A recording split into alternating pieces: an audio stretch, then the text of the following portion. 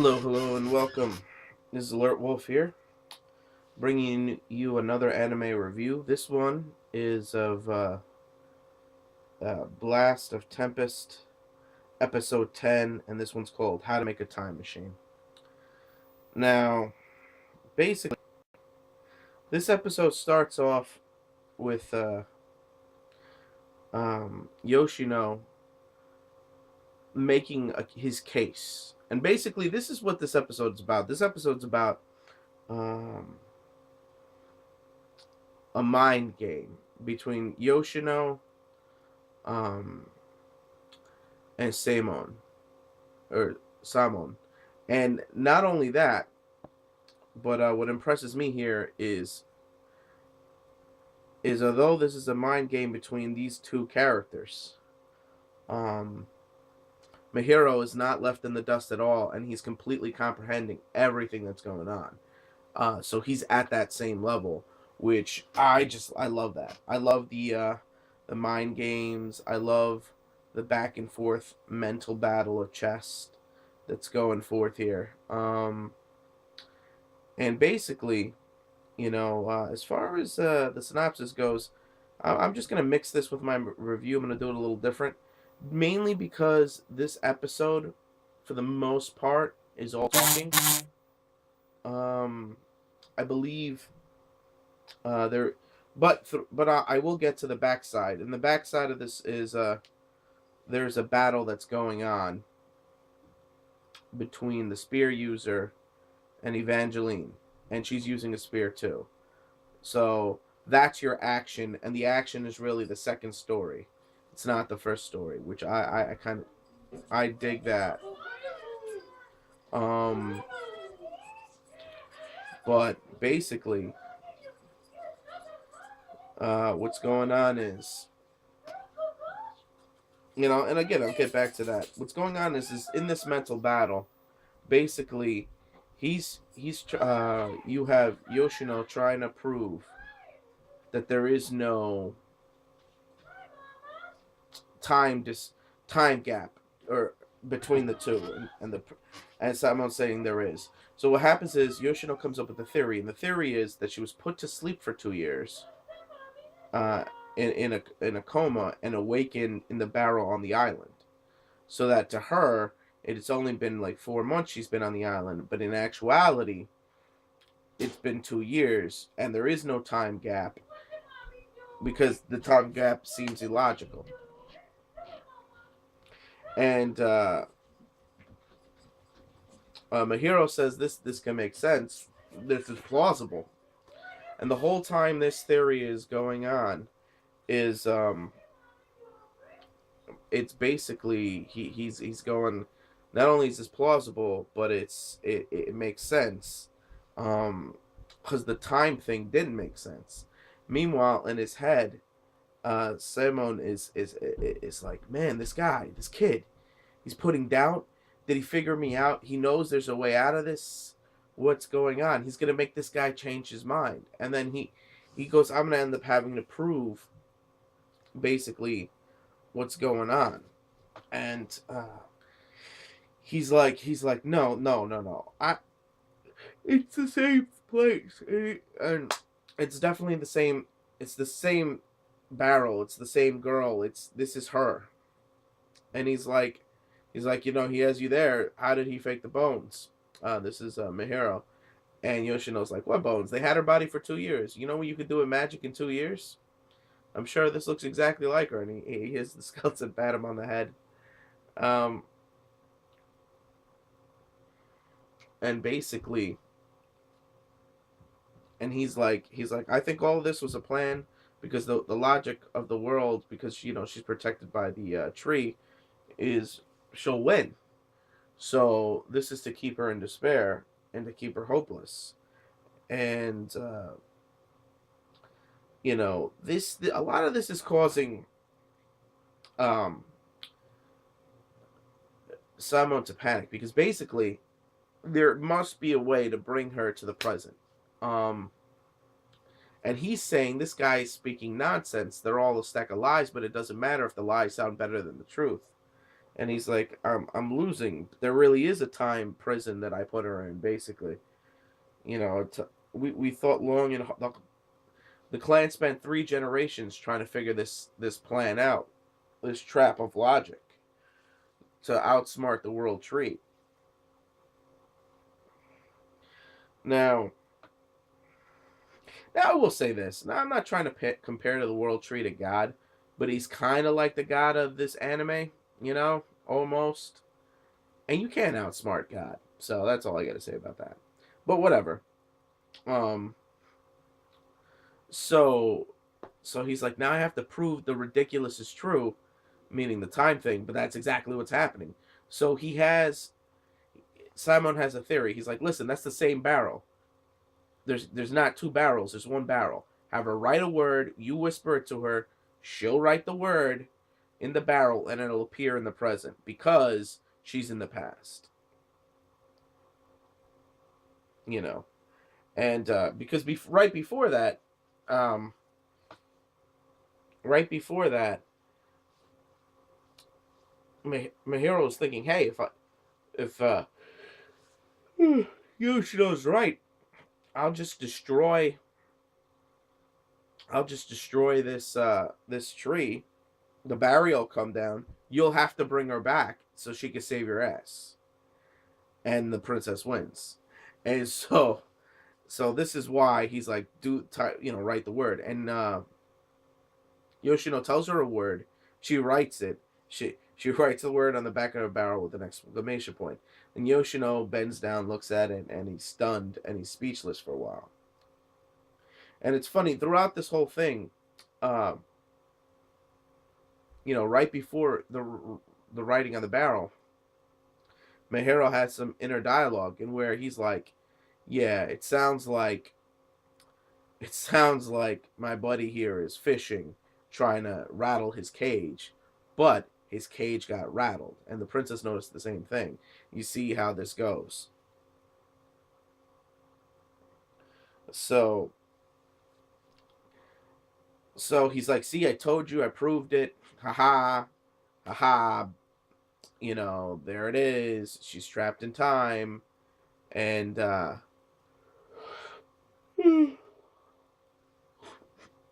then Mahiro says something like, listen, I don't like your attitude, dude.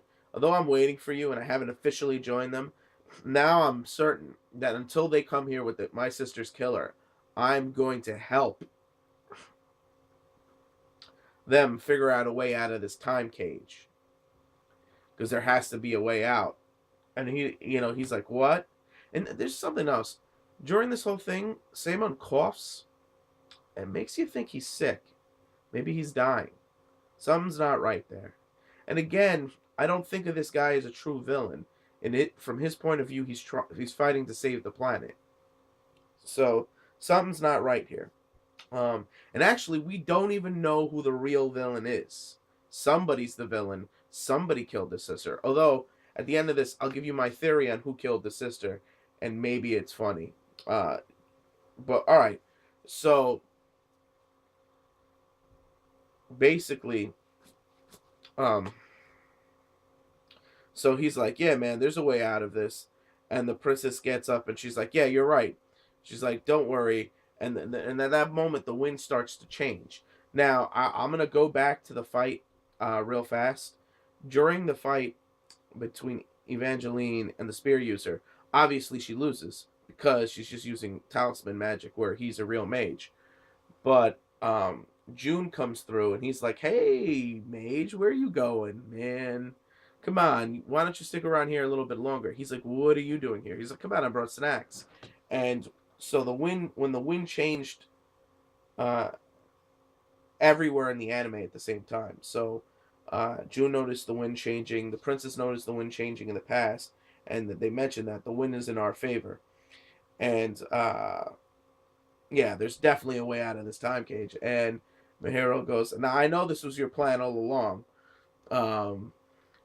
Throwing some wild accusation out of this guy to make him panic and confirm the time dilation, confirm that he's panicked because there may be a way to bring her back, and confirming that they're really off 2 years in time, and to get the princess out of despair. And Yoshino, Mihiro, who's still no Yoshino, I was right. Yoshino, who's bending out the barrels, acting like he's still in shock. He cracks a smile and he gets up, and then Samon, with his inner dialogue, is like, "Are you fucking kidding me, man? This guy played me from the beginning. He outsmarted me at every turn. It doesn't make sense. Damn Tree of Genesis giving the princess these two boys, you know, because they're not right. Neither of them are right. You know what I'm saying? They're both badass in their own way. So he's like, it doesn't matter. You still haven't figured. There's no way to do it uh, with the princess's bones and whatnot." And then they're all like, "Yeah, there's a way to do it. There's a way to do it." Oh man, I don't know why I'm yawning so much, and that's the end of the episode. So basically, and I think the next episode is a girl out of time or a girl of time. Hold on, let me check. All right, so sorry about that. And then the preview shows the fruits are rising. They're trying to bring the killer here. The barrier may go down. So, this anime is coming to a head. It's on episode 10. I believe there's 12 episodes to this anime. So 2 left. So, and it's episode 11 is a girl of time, not out of time. So, it's coming to a head. Now, here's my theory and prediction. I could be wrong.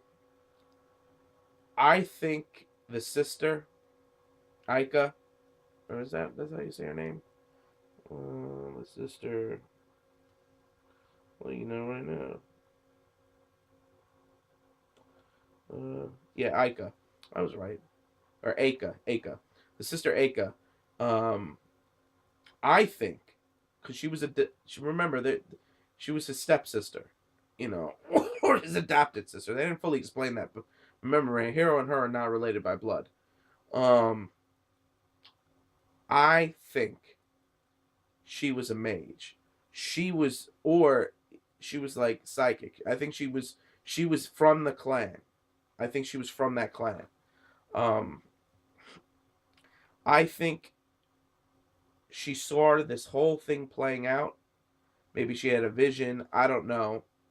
But I think she planned this whole thing out. And she knew she needed to get once the princess disappeared, she had to act. And because she disagreed with Samon. And I think she was to the outskirts of the clan. You know what I mean? So it's not like the main dudes knew her. But she was aware of what was going on. I think she killed herself. Or used something that would point to the clan to kill herself with. I think she arranged her death. She arranged her death as the only way to get those two boys involved in the struggle to save the planet. I think it was planned by her. I think she planned this entire thing in order to save the world. That's what I think. Maybe she got her vision from the Tree of Genesis. Who knows? But I think, I don't know the logistics, but my theory is she killed herself or had herself killed because that would have been the first piece to get the ball rolling in, in order to save the world. Because once the princess disappeared, she went into planning. That's what I think. I think that's exactly what happened. So that's my theory. And we got 2 episodes left. We'll see how that plays out. But I am pretty sure, I'm not pretty sure, but that's my theory. I think she set this whole thing up and set the ball in motion due to the will of the Tree Genesis. But I could be wrong. And it's just fun to make these types of predictions and see what happens. 2 episodes left. I'm really liking the series, and I cannot wait to see how it ends. So this is Alert Wolf. Oh, you know what? I didn't even rate this episode. I'm going to rate this episode a 4. I was thinking 3.5, but you know what? I'm gonna leave it at 4 because I like all the cerebral stuff that's going on in this episode. I loved the fact that we got to see that Yoshino outthought Samon, and Mahiro completely kept up with, even though he looks like he's not that type, completely kept up with Yoshino, and the princess wasn't too far behind. Um, so, so I like that. I really do. And there was some action, some fighting in the background in this episode, so there was a little bit of action. And if it wasn't for that action, I'd probably leave it at the 3.5. I feel like that was enough for me. Again, it's getting me excited to see where it's going. Obviously, the princess is going to come back very soon, so it's good. We're eventually going to see these characters all together. But all right, now that I've actually rated the episode, um, so it's a 4 out of 5. I thought it was a great episode, and click it up if you like it. Um, Comment if you must, subscribe if you can, and this is Alert Wolf signing out.